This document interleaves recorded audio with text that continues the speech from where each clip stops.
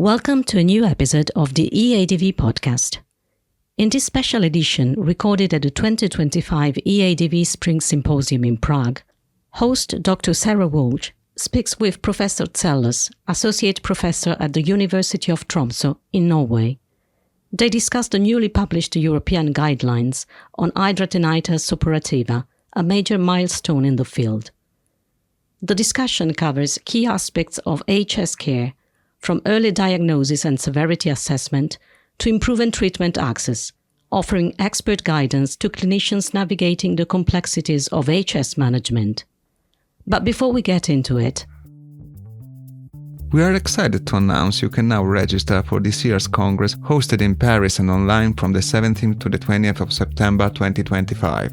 The EADV Congress is one of Europe's largest international meetings dedicated to dermatology and venereology. Over 4 packed days, you'll explore a comprehensive program covering the full spectrum of specialties.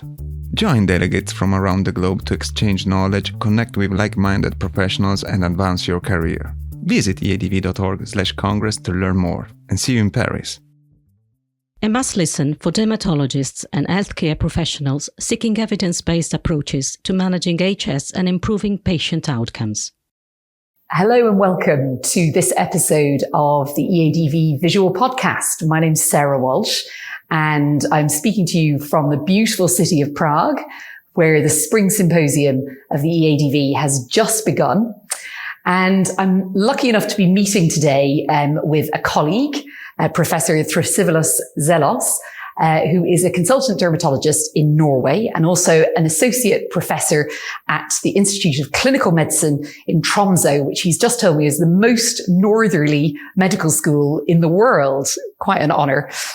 Thrasivoulos and I have worked together a lot, both in our work on the board, at the EADV Journal, and in advocacy. But the reason I'm meeting with him today is to celebrate the recent publication of the S2K guidelines of Hidradenitis Suppurativa, which is a huge achievement. And this is an area in which Thrasivoulos is very widely published. And as with all my podcast guests, Thrasivoulos, I quite like to understand what initially attracted you to the specialty of dermatology. And once in dermatology, why Hidradenitis Suppurativa? Thank you, first of all, Sarah, for the introduction and the invitation. Well, I think that dermatology is exciting. So there is no disease generally which does not produce a skin symptom. You have a variety of diseases. You have many fields from research to everyday clinical practice. And I think that dermatologists nowadays are lucky. So some years ago, we could not do much for diseases like psoriasis, hidradenitis suppurativa. And now we see patients recovering. We see patients that smile with the medications we have. This is true. It is a great era to be a dermatologist. And in your work in the field of HS, could you identify anyone who's been a particular inspiration? Well, I think that many people have heard this response before, and I have to say that Professor Christos Zouboulis, the president of the European Hidradenitis Suppurativa Foundation, was the inspiration. Many years ago, he mentored me and he instructed me to come in the HS field long before biologics. And he was practically the first to have an international congress in Dessau, Germany. So I have to say our president, Christos Zouboulis. Christos, yes, a very good choice. And as you say, he must have seen enormous changes in the therapeutics of HS over his professional lifetime. And so congratulations to you and to Christos and your other co-authors on the publication of these guidelines, which really are fantastic. They're really practical. They're easy to use, even for the dermatologist who does not specialize in HS. Personally, I think they'll be a great tool in the clinic. But I wondered, before we get into the contents of the guideline, obviously, most HS patients will initially encounter a physician in primary care. And I wondered if you had any tips for the primary care physicians in recognizing HS in the community. This is a very important question because we still have a problem with a delay of diagnosis when it comes to HS. For psoriasis, it is less than 1 year. For HS, it is still about 7 years. So first I have to say something regarding the guidelines. So I think that European Hidradenitis Suppurativa Foundation, along with EADV, are doing an excellent work publishing the guidelines in our journal, EADV. And these guidelines bring together experts and clinicians from all around the world in an evidence-based manner. So when it comes to general practitioners, they have a very important role to play, identifying the disease and not using the incorrect treatment, but just trying the correct medication. So we do have a very easy algorithm, a very easy question with sensitivity or specificity more than 90%. So a general practitioner can ask the patient that comes with boils, did you have at least 2 boils in the last 6 months in the typical locations of HS? And if the answer is yes, then most probably we are discussing regarding HS and not bacterial disease. And of course, the correct use of antibiotics is quite essential for the general practitioners. And in fact, many of the initial treatments that you describe in the guidelines are all things that general practitioners could prescribe. So I think you're right. It's about giving our colleagues in primary care the confidence. And I think the guidelines like this are a big part of that. And I think you also make a very interesting point about the length of time it often takes a HS patient to get to secondary care. And that is a long pathway for many of them. And our primary care colleagues have a big role to play in shortening that pathway. But once a HS patient gets to the hospital clinic, obviously baseline assessment is really, really important. And in the guidelines, I notice you refer to a number of different assessment tools. Do you have one that you particularly like to use in the clinic and why? First of all, it's not the question what I like, it's the question what is evidence-based and accepted by the general consensus of the physicians. And when it comes to HS, we have to remember that it is a progressive disease with physical signs like nodules, abscesses and fistulas. At the beginning, inflammation, which is important to catch up and treat appropriately because it will result to a non-reversible component in fistulation. So it is important, first of all, to have a correct severity assessment classification that quantifies fistulation in the right manner.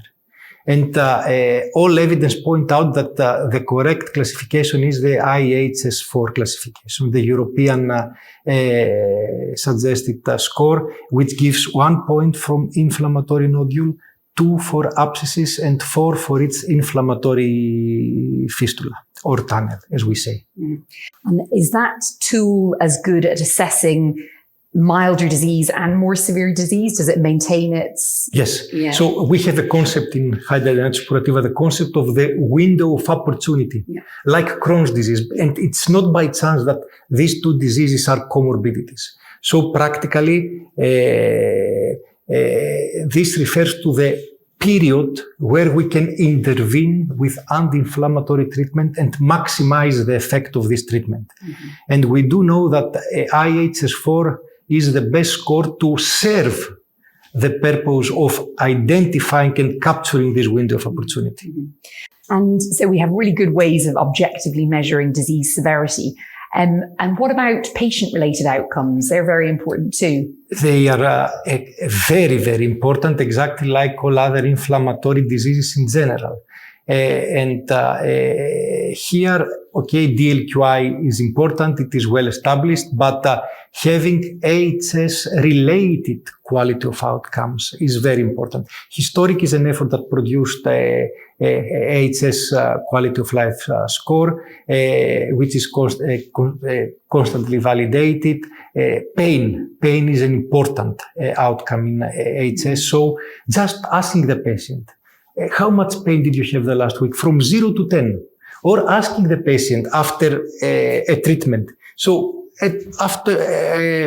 with your opinion, how much better is your pain from 0 to 10? It can give you as a clinician important message. Really important information. And I think pain is something that's often overlooked by the non-specialist when managing a patient with HS, and super important. And then within the clinical spectrum of HS, are we getting better at identifying different phenotypes and perhaps then tailoring treatments to different phenotypes? So phenotypes are becoming more and more important, especially when it comes to phenotypes that have a clinical impact. And in HS, it seems that the phenotype with fistulation is important. We had evidence from phase 3 analysis data from the adalimumab clinical program that as soon fistulation appears, then the chance of achieving effect with adalimumab becomes lower. So I think that the new drugs are working better, but still the presence of fistulas is an important factor. And practically it is a point of disease progression.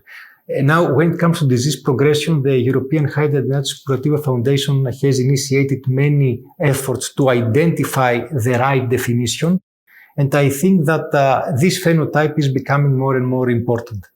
And of course, the phenotype then leads to my next question. In other areas of inflammatory disease, particularly psoriasis, there is now a body of thought that suggests that if you are to intervene early enough in the disease course, these medications that we have, these fantastic biological medications, can have a disease modifying effect. Do you think that's also going to be the case for HS? I hope so. Yeah. So I think that in the world of psoriasis, we can refer to this much more easy. Yeah. The drugs are much more specific. The efficacy is much more higher. We have seen data much more long term. In HS, we are starting seeing what we are calling complete resolution. So you see that all new drugs coming to market now, they are trying to achieve IHS4 100, yeah, which is complete resolution of all inflammatory lesions, not complete remission of the disease, but we can refer it to this as complete resolution. Mm-hmm. Yes. So we really have to be ambitious for our patients in the... I think that we have the evidence to support it, that we can be ambitious and optimistic. Yeah. And because it feels like rheumatology, who are a little further ahead, they have seen that impact in rheumatological diseases with early treatment. But obviously prior to treating with biologics, often patients with hidradenitis have received antimicrobial therapy. And you make reference in the guidelines to the important question of antimicrobial resistance and the considerations of that when treating with antibiotics, which in HS are often 12 to 16 weeks. Can you speak a little bit about the question of antibiotic resistance? So antibiotics are a part of the treatment of HS, not because we have bacteria, but because they have an anti-inflammatory para-antibiotic role. That's why we are using them 3 to 4 months. We do have clear evidence that resistance is becoming more and more prominent, especially against the medication we use for HS when it comes to HS patients and bacterial resistance. So, according to the guidelines, we use antibiotics if they have succeeded the last time. And we use the tetracycline group, for example. We do not use dicloxil, for example. And we use them up to 3-4 months. If they work, we stop. And we can reintroduce them again. But of course, if one drug does not work, tetracycline does not work, it does not make any sense to go on for doxycycline or minocycline. So, and many of the other antibiotic treatments are not evidence-based. And the combination of clindamycin and rifampicin, well, the pathologist will say to you that rifampicin is like the devil. Yes, exactly. So I suppose what you're saying is judicious use where clinical efficacy has been demonstrated is the prudent choice. But as we referenced, I think biological therapies are going to become increasingly important. But one question that came to mind when I was reading the guidelines, and you and I have worked together a little bit in the advocacy domain, obviously the guidelines had quite a broad authorship from different countries. Do you think we are still far away from having equality of access to the different treatments for HS across Europe? Well, this is not only a problem of HS, this is a problem of many diseases, not only dermatology. And EADV with the advocacy group in the European Union is doing fantastic work. And yes, unfortunately, especially when it comes to advanced treatment, there are still differences between countries within Europe as well. And I think that this goes beyond one disease or one specialty. I think that at least for dermatological diseases, EADV with the advocacy group to the European Union has a very important role to play, and we will all support it. Fantastic. Yeah, I mean, we agree. And obviously we had the call to action on inflammatory skin diseases, which was launched in 2023. And the guidelines go on to speak about the importance of multidisciplinary working in the management of a patient with complex HS. Could you tell the listeners a little bit about your own experience of multidisciplinary working in this disease area? Well, when we are talking about multidisciplinary approach, we are talking about seeing, first of all, the comorbidities of each disease. This is much more well established in psoriasis with rheumatologists and dermatologists, or in Crohn's disease. And in HS, this is happening as well. So, first of all, identifying and screening the comorbidities is quite important. A rheumatologist to assess perhaps possible arthritis or spondyloarthritis. A gastroenterologist. It is important that dermatologists know how to screen. And it's not rocket science. You do not have to be a gastroenterologist. So just asking the patient, did you lose weight without wanting it? Did you have seen blood in your feces? Or do you have pain? So all these are typical screening questions that can facilitate correct screening. And having such a team is a benefit. All hospitals can start little by little, so it's not easy to have a special pain medication unit, but even communicating with each other can help. And building those links with other physicians, I agree. And I think it can be very fruitful. And of course, the physicians are learning from one another at the same time as doing the multidisciplinary work, which is a secondary benefit. And you then have a very important section at the end of the guidelines looking at lifestyle factors like smoking and weight loss. I mean, obviously we've got the new weight loss medications, the GLP-1 antagonists. Do you think they are going to play an important role in the management of HS in the next 10 to 20 years? Well, I think that they will play a role in general. So by this, I mean that many of the skin inflammatory diseases have overweight or obesity as comorbidity. And at the same time, we know that losing weight, having a lower BMI classification can be beneficial long term. So, will they be a primary treatment for hidradenitis suppurativa? No. Can they play an additional role, especially in patients that have severe obesity or prediabetes or diabetes? Absolutely. Mm-hmm. It comes only with benefits, and they can be combined with other medications. Mm-hmm. And smoking cessation, is that something that you routinely touch on in clinic? Smoking is something we discuss with our patients a little bit later on. Of course, it is important to quit smoking, but especially when you start your conversation with a patient, they know that they have to quit smoking. If you say this to them at the beginning, you lose the contact. So they know that smoking is bad. So you do not have to tell them once again. And when it comes to HS, yes, smoking is an important factor.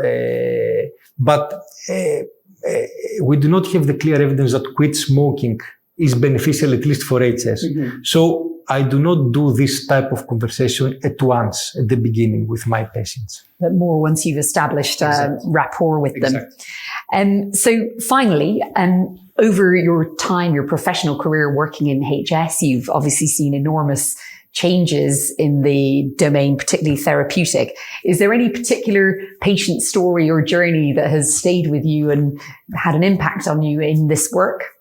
Well, first of all, I think that all dermatologists nowadays have such stories, not only for hidradenitis suppurativa, but also atopic dermatitis, psoriasis. So if I have to remember a case for HS, I will recall one of the first patients I had under adalimumab when it became available in Norway, some 10 years ago, more than 10 years ago.